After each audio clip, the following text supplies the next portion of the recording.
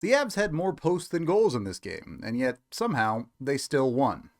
Avs win over the Florida Panthers 3-1. At 5-on-5, the Avs were pretty definitively the better team in this hockey game. Not by a gigantic margin, but they were better. Despite that, for the first 2/3 or so of the game, the score didn't really reflect that. And to be honest with you, that is as much the Avs special teams' fault as anything. Now, don't get me wrong, the Avs penalty kill was great in this game, going perfect. If that PK doesn't come in clutch, the Avs probably don't win this game, but their power play fell short. Multiple opportunities to both get them a lead or get them back in the game did not come through as the Avs go 0 for 4 on their power play. I don't think it was the worst night of power play ever. A couple of them were actually pretty to very good, but ultimately you need your power play to convert, especially this time of year. Good process starts becoming less valuable. You still have to have good process to succeed, but you actually need to, succeed. Going 0 for 4 tonight made the Avs' lives a lot harder than it had to be. And I think this is an important win for the Avs, even with some of the shortcomings of their game, because for a lot of the night, it felt like the bounces weren't going their way. And for a good portion of this season, the bounces weren't going the Avs' way, they weren't winning. 4 posts hit on the night is a tough one to overcome for the Avs, but they're starting to put themselves into a good enough spot where they can still win even if some things don't go their way. With that being said, when they eventually give up the first goal of the game, that's not really a bad bounce, that's their own fault. The Panthers breaking out quickly to the neutral zone here. The Avs play aggressive in the neutral zone, and really, from here, this is an okay setup. You knock a guy down, and you have potential control of the puck if you can win a puck battle along the boards here with 2 Avs committing initially. The problem is, Josh Manson loses his stick, so he's not able to make an effective play here at all, and doesn't really do anything effective to win the battle. So when Mittelstadt tries to get in there, ultimately loses the puck battle as Manson loses complete possession of his stick entirely, the Avs are left in a bad spot, as they committed multiple players to a neutral zone challenge that they now lose, and both players are stuck behind the play. With no Avs being responsible defensively behind this, you've now given up a clean 2-on-1, especially because your other defenseman, without a stick, there's no way he's able to recover this play. This clean 2-on-1, it's a 2-on-1. I'm not going to overthink it, but Middleton does play it very poorly, initially taking the initial puck carrier. When the pass comes across, he gives up on that player, goes to take the other puck carrier, but does not take the passing lane at all. He really does not take away either player effectively, and so the pass back makes this nigh unstoppable for Blackwood.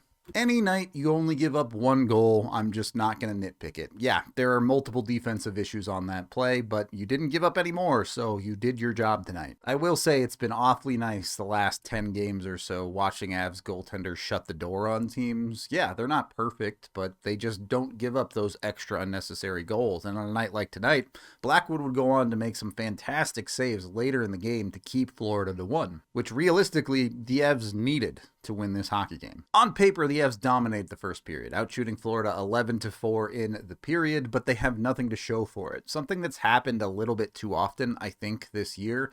Again, this comes back to the same issues of execution and finishing that the Avs haven't had. I will say with this one, they beat Bob multiple times, but post and outs, they didn't beat him well enough. The second period was by far the slowest period of the game, but while the Avs didn't play perfectly, they kept pushing and they kept creating opportunities for themselves, and while bounces weren't going their way, if you put enough opportunities towards the net, eventually you'll get one, and that's what happens. Avs in the offensive zone, Montreal's going to get possession of this puck along the wall. They really should be out of their own zone here, but pressure from Colton forces an ill-advised play as Montreal tries to throw it across the middle of their own zone, and when that doesn't connect, the Avs are able to recover and keep possession in the offensive zone. Nothing fancy from here. Mittelstadt just feeds Toews in the middle of the ice, and Toews tries to find a shooting lane. He does. He gets it all the way through, and it hits the post, or crossbar, really, I suppose. This is what should be the third crossbar or post of the game for the Avs, but this time it bounces off the post, off the back of Bobrovsky, and ultimately into the net.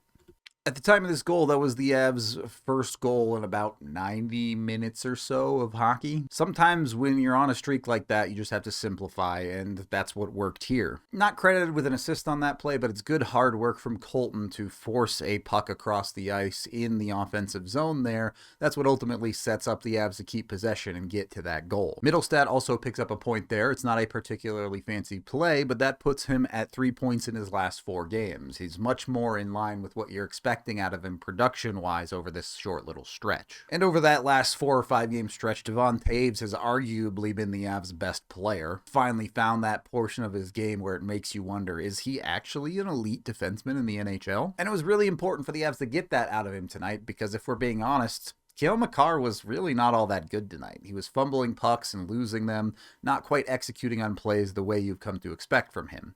So a step up from that secondary guy makes all the difference in the world on a night like tonight. Obviously, Devon Toews basically won the game for the Avs, but it's that much more crucial to get that secondary guy playing when your stars maybe aren't going the way that you would like. All the lack of killer instinct that the Avs had in that Montreal game where they let him hang around and win was not present here at all. The Avs came out in the third period, pressed, and got the goal that ultimately put them ahead in what would go on to be the game winner. A much better mechanical play initially for the Avs here. Girard is throwing it towards the net and creates a deflected puck, which the Avs are able to track down. A good pinch from Toews keeps it alive, and then Colton's able to pitch it along to Parssinen, who plays out of the corner here and does so effectively. Strong on the puck, able to maintain possession, buy time for the Avs for Colton to help completely complete a cycle by himself. Third player does not have to come in and help this cycle because of how strong Parssinen is on this puck, and once the cycle is completed, a drop off the Colton creates just enough space to get the Avs set up, get this puck back to the point safely.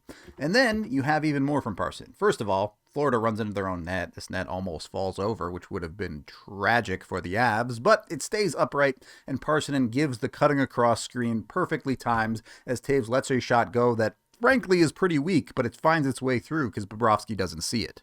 Yeah, it's not a particularly pretty goal from Toews. That's a little looper floater from the point, but it goes in because, again, Toews learned rule number 1 here. When you're not scoring effectively, you have to give it a chance. If you throw the puck on net, it could go in. It probably won't most of the time, but it's got a whole lot better chance than missing the net entirely or failing to shoot at all. I will say it was really impressive board work from Parssinen to keep the Avs in possession of that puck, and then Ross Colton again gets part of this setup to help the Avs get this goal. The Avs are getting some stuff from their second and third line players there, or whatever you want to call Parssinen, fourth line. I'm not going to nitpick.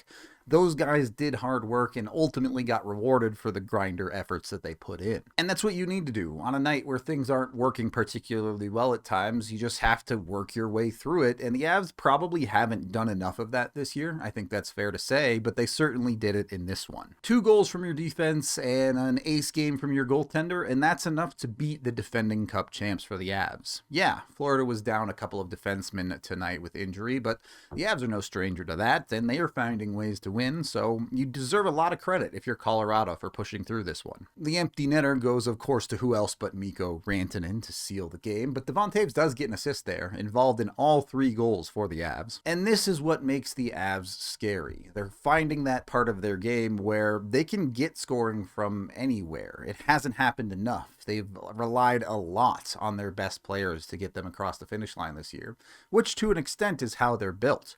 But when they're playing not even at their best, this was far from their best game, but when they're playing quality, well put together hockey, you can get it from Devon Toews. You get assists from guys like Colton and Parssinen. You get quality plays up and down your lineup, and it might not be the most pretty game to watch, but it's effective. Even when things are bouncing against them, they find a way to get the job done. Good teams win the games they're supposed to. Great teams find ways to win games that they're not supposed to. And this one I don't think quite falls into the category of the Avs weren't supposed to win it, but it comes pretty close, and the Avs found a way to win it.